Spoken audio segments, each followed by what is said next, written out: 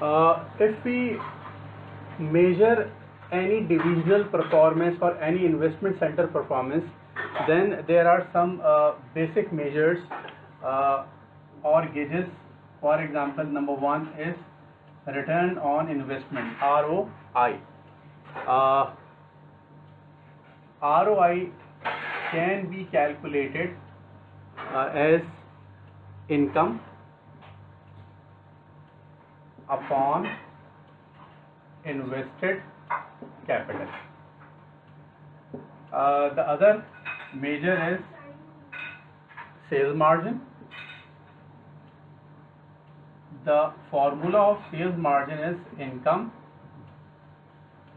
upon sales income, your sales revenue.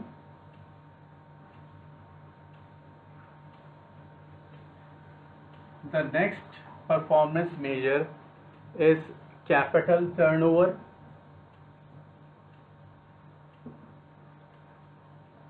Well, in accounting, turnover means sales. It means sales upon invested capital. Well, ROI can be calculated by multiplying sales margin and capital turnover. How it is possible? Well, the formula of ROI is equals ROI can be derived by sales margin multiplied by capital turnover. ROI formula is income upon invested capital,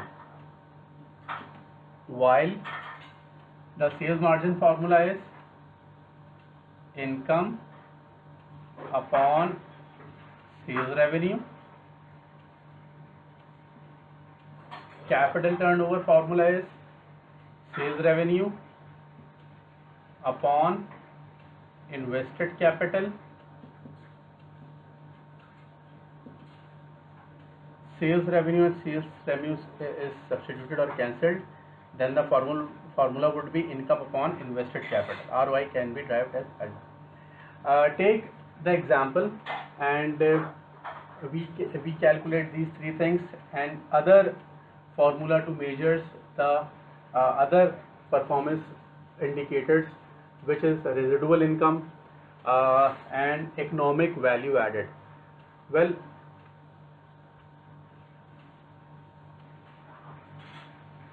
the residual income, next formula is residual income. Residual income is equals to operating income or divisional operating income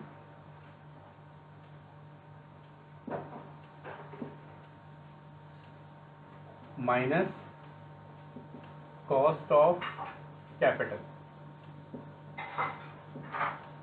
or it is also known as imputed interest cost on capital. The other formula is economic value added. Economic value added is equals to income after tax,